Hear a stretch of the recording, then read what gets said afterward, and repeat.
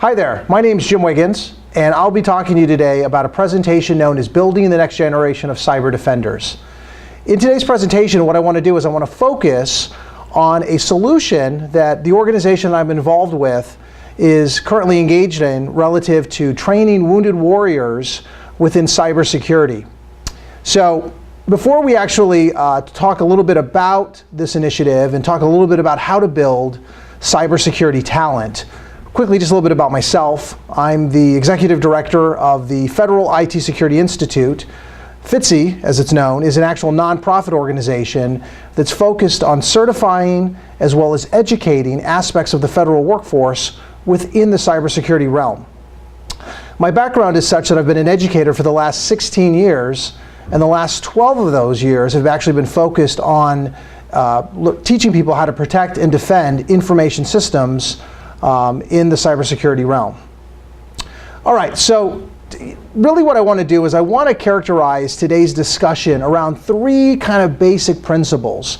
And I've got them here on the slide, and really what I want to do is I want to talk a little bit about why, I want to discuss what, and I also want to discuss how. So what I really want to do is I want to open up with our first point, and I really want to talk about why this topic that I'm coming to you today and talking to you about really matters. So we'll talk a little bit about the problem space. So that'll be the first thing that we're going to talk about. And I'll point that out as we're going through the presentation. The second thing that I want to then talk to you about is, what does it actually mean? So if you think about it, if once we define the problem, what does it actually mean, at least from a workforce-related perspective? The third thing I want to then do is I want to talk to you about, well, how would you go about possibly solving this particular problem? And that's where we're going to lay out, if you will, the solution that we're currently engaged with at FITSE to make our own kind of small, meaningful contribution to this particular area. So those are really the three things I want to talk about: the why, the what, and the how. And as we go through the presentation, I'll point them out to you just to kind of keep everybody on track. So if you can just remember those three basic ideas, point number one, point number two, point number three, today's presentation should go by pretty quickly. Okay, so I want to first, as I mentioned to you, talk about the why, right? So that's point number one. That's the first point that we want to talk about. Why does this matter? And for those of us that are involved in the cybersecurity realm, we know that it seems like every week there's a new thing on the news that talks about this particular organization has been compromised, or that particular organization has had a data breach. And what we're finding is that the cybersecurity challenge really, in some ways, stretches back to the origins of our country. One of the unique things that we've had in the United States has been kind of some unique geographic as well as economic advantages on the world stage. We've been able to successfully repel invading forces over the last couple hundred years. And what's happening in many ways is the internet and the use of technology within our society has really become an equalizer. It's been a game changer in a lot of ways. We see that, for example, organizations or the country itself over the last couple hundred years has been able to, like I mentioned, successfully repel them. But today what we're finding is a lot of countries out there, a lot of nation states, a lot of them that we would think of as competitors in terms of our world position, are now using technology really kind of against us in a pretty aggressive way. We've seen, for example, the rise of threats to from a cybersecurity perspective just over the last couple of years. This hasn't always been the case, right? I remember back in the 1990s, we were really focused on workforce development and training, how to build technical skills relative to building networks, building IT infrastructures. Today what we find is kind of the outcome of that has now come home to affect us, in that we now have these pretty robust information systems, but now we got to figure out a way to basically protect and defend them. So what we find today, of course, is the threats that we see are those that are really targeted in many ways at the IT environment. The challenge, of course, is, well, where is it all headed, right? What does the next decade or a couple decades from now look like in terms of the cybersecurity landscape? We don't know exactly where it's headed, but this we do know, right? Our dependence on technology is going to continue to consume more and more technology, and as a result, we as a society, we as a nation are going to become more dependent upon it than we were today, than we were yesterday, than we were 10 years ago. here's an interesting perspective for you. If you think about for a moment military might, you think about things like our ability, again, going back to my example of being able to repel invaders. One of the unique advantages for us, at least economically, has been that we've been able to mount very large armies with very advanced weaponry, nuclear weapons, cruise-guided missiles, a full range of tactical and strategical weaponry that's been able to maintain a certain level of dominance in the world stage. The challenge, as you can see in this particular slide, is that the computer, now being used as a weapon, now has the ability to really, again, as I mentioned, equalize that particular space. And so now we find a lot of these organizations, a lot of these countries out there are using the technology, again, against us. They're basically setting up cyber teams that are coming in and basically connecting into our particular information systems. They're setting up shop. And in many cases, they're exfiltrating. They're actually removing the information from our companies, from our organizations, and really affecting a lot of our intellectual property and a lot of the things that really maintain a level of uniqueness and individuality as it comes to organizations within the American economy. Here's a slide that really kind of conveys for us this idea of, historically speaking, the information that was really important was always kept at the upper echelons of the United States government. Today, that's changed completely, right? Today, we've got lots and lots of organizations out there. Pretty much every organization relies upon its technology for its competitive advantage, for its ability to differentiate itself in the marketplace, which means that it's not just the federal government now that has a cybersecurity challenge. It's a challenge that's felt by every organization in pretty much every walk of life, in every industry, and every vertical within the United States. Okay, so that's the why this matters. So we've talked a little bit about the why. Now let's talk about, what does it actually, what does it mean? So why is this important? What does it mean? Well, what this basically means is that if we think about this for a moment and think about the technology that runs the country and the kind of threats that we're talking about now, where we're starting to now see the need for technical cyber defenders, people that have technical competency, technical capabilities. The types of threats that we're seeing starting to evolve are becoming much more complicated. Some of you may have heard of things like denial of service attacks. Very, very common, historically, pretty rudimentary by all accounts. A lot of our attacks today are much more highly sophisticated than that. A lot of them are targeting specific organizations. They're going after the intellectual property of very specific types of entities that are out there. In many cases, what they're doing is they're trying to effectively steal that intellectual property and then sell it or leverage it on the world stage to compete against those respective organizations. We've seen case after case of this happen.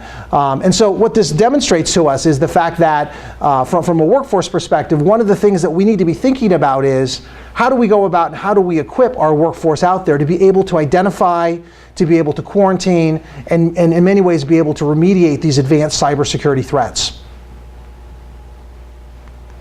Here's a quote that was cited a couple of years ago by James Gosselaar, who's a veteran cybersecurity specialist, worked at the CIA, was involved with the NSA. Just as a couple of years ago, one of the things that they started to observe was the fact that from a talent perspective, there was, back in 2010, a need for about 30,000 cybersecurity professionals that had a very strong technical focus and a very strong technical competency to be able to address some of these challenges that we're talking about.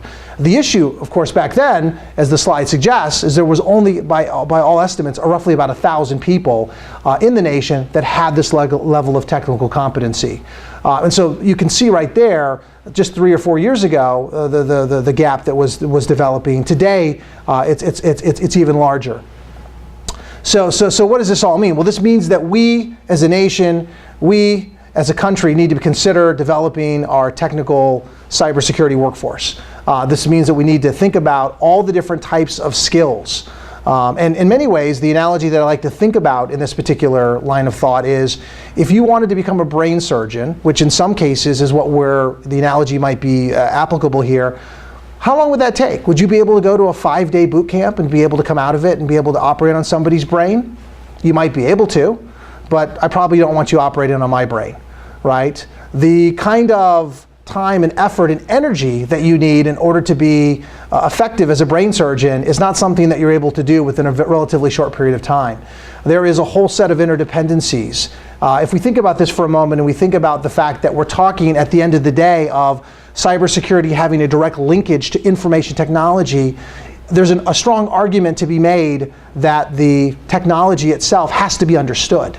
In order for you to be able to protect and defend an information system, you have to understand how that system operates, how that system is managed, how that system is utilized within an organization. And so, by my estimations, and by the people that I work with, our estimations are that you really need to look at building the cadre of the workforce really from the foundation all the way to the more advanced, esoteric, offensive and defensive types of cybersecurity skills that ultimately are in such high demand. So here's basically just a kind of a ladder approach where we've gone in and looked at different particular ways in which you could stitch together a lot of the different kind of skills that we're talking about. Hardware skills, networking skills, operating system skills, mobile skills, and working their way up into some of the higher level, really kind of focused areas that ultimately those higher level types of professionals really need to have as a strong foundation. Okay, so that was really the what. That was point number 2, right? So we remember the 3 points that I wanted to talk to you about. We talked about the why. Why does this actually matter? We also then went in and talked about what does it actually mean, at least from a workforce perspective.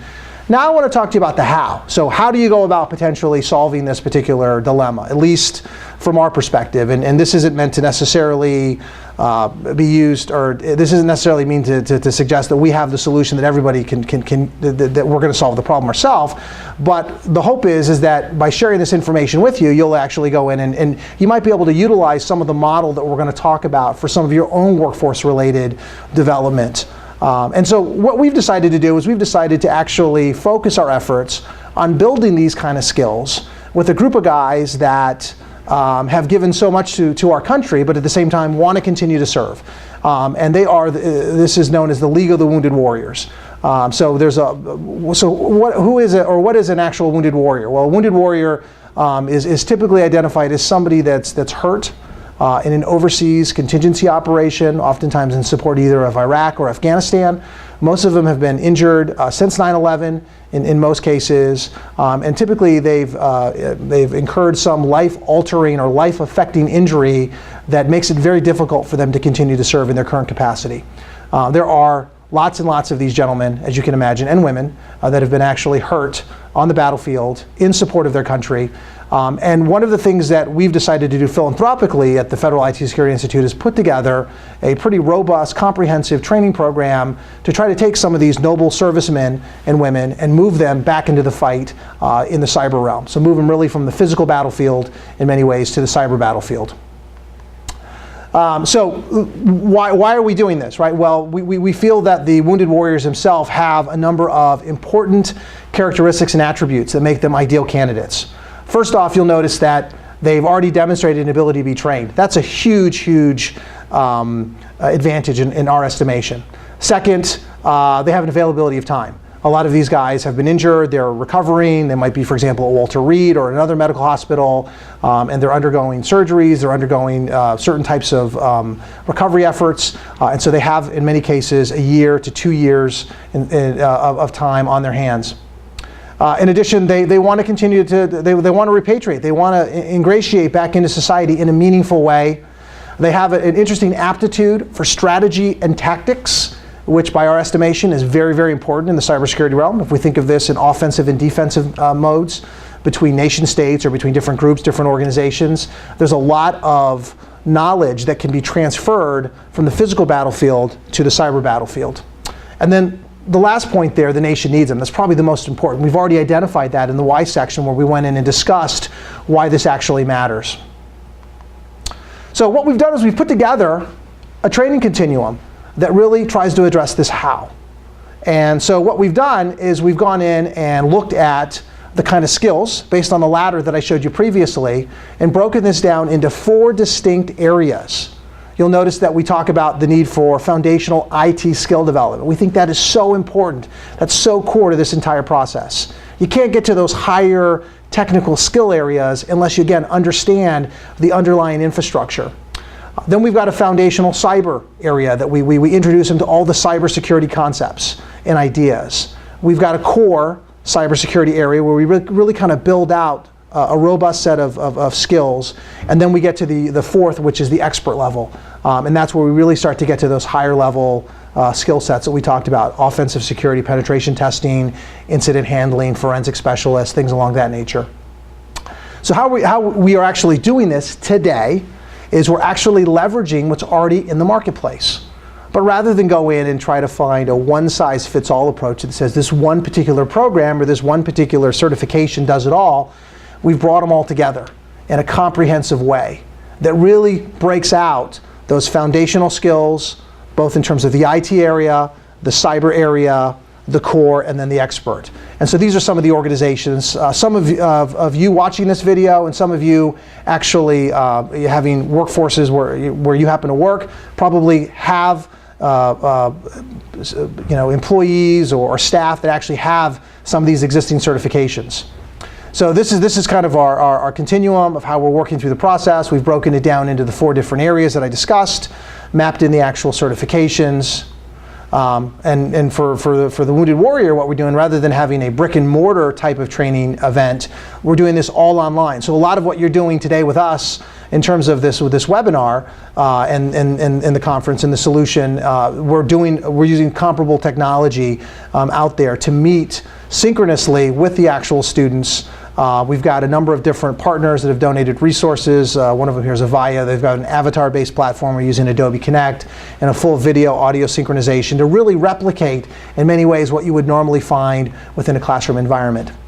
In addition to that, obviously we have to build real strong hands-on technical skills. So we're leveraging something known as a cyber range technology. This is an online platform where people can actually practice both during the class or offline as well. So rather than just coming to a bunch of courses and listening to a bunch of talking heads, get into a bunch of discussions about the merits of this technology versus that technology, or just only listen to a bunch of lectures, there's obviously a whole bunch of hands-on lab activities, and the cyber range technologies helps us facilitate that particular capability. While they're on the cyber range, what we're doing is we're actually having them take a role-based approach. So they do different tasks for different types of jobs. So this really kind of mirrors up with, or dovetails in our estimation, what somebody might run into in terms of the course of, hey, I started off in the IT realm, and at some point I decided I wanted to move into the cyber. Well, when I was an IT guy, I had to be a help desk, and then I was a network administrator, and then I was a network engineer, and then at some point I decided to become a security analyst, and then from a security analyst I became a security engineer, so on and so forth. So what we're doing is we're mirroring up the certifications, the bodies of knowledge, the cyber range technologies, and what this is really going to end with at the end of it is a performance-based assessment that's going to be able to prove, or demonstrate, I should probably say, that these candidates actually have skills, that they can actually perform a certain number of tasks. Now, not necessarily, super high end, right? But that they'll be able to go into an environment and they'll be able to deal with a lot of these more advanced esoteric types of issues. And so what we're doing is we're going to build a performance-based capstone at the end of this that will then measure the capabilities and the skills of the individuals. In our estimation, this is the missing link that's not out there today. A lot of training gets done, and you have a certification program that's a multiple choice test, but the problem with it is it focuses students during the learning process on maybe the things that aren't quite so important, passing the test as opposed to developing the skills. By telling these candidates that in order for you to graduate this program and be able to go on and for us to basically indicate that you're a graduate and give your blessing, you basically have to perform on the job in this performance-based environment. And what that does is it changes the mentality of the candidate while they're actually going through the training program itself. So we're mirroring up all of these together in a comprehensive program. Currently we've got our first, what we call cyber team. It's our pilot program. We're running it right now. We've worked very closely with Walter Reed, where a lot of these guys currently are at. We're in week 4 right now of about a 15-month journey and project. We're obviously leveraging all the certifications. So we're starting at the foundation and we're building all those core skills. So if you look and think about the different areas, there's roughly about a quarter to about 5 months allocated for each of these particular areas. And And so what we're doing is we're going to take the industry certifications, those cyber range technologies, and then have them culminate within that performance-based capstone, which helps validate and prove the candidates really know how to actually perform on the job. This gives us some insight here into the schedule. We're roughly doing a course about every 5 or so weeks, between 4 to 5 weeks. So we've got 14 individual units or modules we're going through, so that's going to take us between 14 and 15 months to complete. And in terms of the schedule, we're meeting with these guys 2 nights a week currently, and what we're doing is we're meeting them at night online, which gives them an opportunity to both digest a lot of this information rather than getting fed with a fire hose like you normally would if you went to a 5-day boot camp. They're able to actually now take the information, work with it a little bit offline, work with the activities. And so I found historically that this is a great model to basically start to build the knowledge, the skills, and the abilities of a candidate within a program that's as rigorous and as aggressive as this. How are we, it always comes up, how are we actually paying for all of this, right? Well, so the great part about what we're doing is that we're able to go to the industry, and the industry's been very, very helpful and very generous in terms of donations. We've gotten commitments from all the certification bodies for resources, both in terms of exam vouchers, textbooks, online providers, you name it. For future cyber teams, our plan is we just started a foundation, so the organization that I mentioned, the nonprofit, just started a sister organization known as the FTSE Foundation, and what we're doing with that is it's basically applied to the Internal Revenue Services of what's called a 501c3 charity, so that we can receive tax deductible, or we can receive donations that are treated as tax deductible from the IRS's perspective. Online providers, I mentioned we've got Avaya stepping up to the plate. DoD has expressed some interest in helping out directly. They've got a pretty robust cyber range that we're in talks with right now of actually leveraging. Here's all the different certification bodies that have different certification programs that help facilitate all of these skill developments that we're basically talking about. In fact, we actually wrote a white paper, circulated across all the certification bodies, and they were, for all intents and purposes, pretty happy and more than willing to contribute different resources and different, different tests and vouchers and things like that. Textbooks we're getting from a couple of providers that are doing much the same way. So where does this all end at, right? What's the result, right? So again, we're still talking about the how. I'm still on that third point, right? But the result, we see 3 different constituencies being served here. The first constituency is the nation. Well, we've already identified some of the challenges back in the why. Why does this actually matter? So we think that we'll begin the process of having highly technically trained cyber defenders. Additionally, we'll be able to demonstrate through that capstone that the graduates will actually have performance. They'll be able to go in and actually perform in a mock operational environment that would translate in many cases to what you might find if they were actually doing certain comparable related tasks on the job.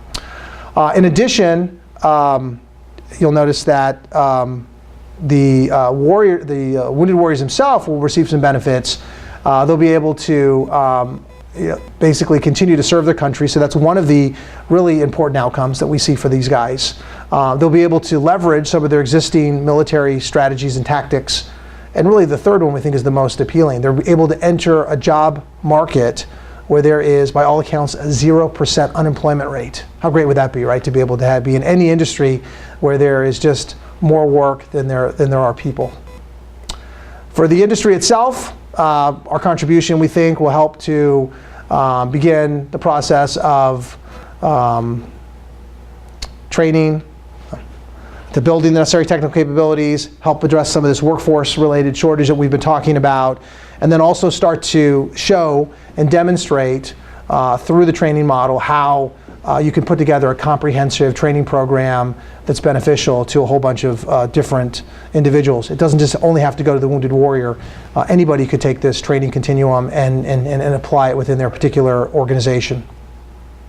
So for the Wounded Warriors, here just talks a little bit about the criteria. We basically are requiring that candidates that want to apply to the program have certain attributes and capabilities. We've got them listed here. But in terms of the criteria, they have to have been injured in an overseas operation, either in support of Iraq or Afghanistan, and they have to have received or plan to receive a 30% medical rating in terms of their injuries from the med board that will actually review them. There's a whole bunch of examples of types of injuries that this can qualify for. Obviously, amputee, traumatic brain injury, PTSD, those are some that just come immediately to mind, and there's some that are listed up there as well. In addition to that, candidates have to basically submit a reference letter from their occupational therapist, or if they've already transitioned out of the service and are now a veteran, they also have to get 3 professional letters of recommendation. And then the third thing, which we've got here on the application, is they also have to take an aptitude exam. It's for IT-related core competency to make sure that at the end of the day that they'll be able to navigate the IT environment and a lot of the virtual and the abstract concepts that cognitively a lot of students tend to grapple with. In terms of participation, we do actually have a corporate sponsorship program, so if anyone's interested, we are always looking for help. We've talked to a number of different organizations. A lot of organizations are starting to contribute. We've got a sponsor program for gold, bronze, and silver. People can make personal contributions if they want. In addition to that, we also have one thing that's very meaningful is to help us just find the wounded warriors that want a career in cybersecurity. I think that's one of the biggest challenges. A lot of them want to do other things, and so there's obviously only a small group of these guys that have a desire to move in this particular space. My contact information is here on the slide. So I can be reached at the phone number. Also at my email address. If you want to follow up, if you have any other questions, feel free to reach out to me. In addition to that, if you want to learn more about the program, we have actually set up a dedicated website. It's http://www.w2cca.org. That's for Wounded Warrior Cyber Combat Academy. And then, of course, the nonprofit that I am involved with that's actually spearheading this initiative is the Federal IT Security Institute, and that is www.fitc.org.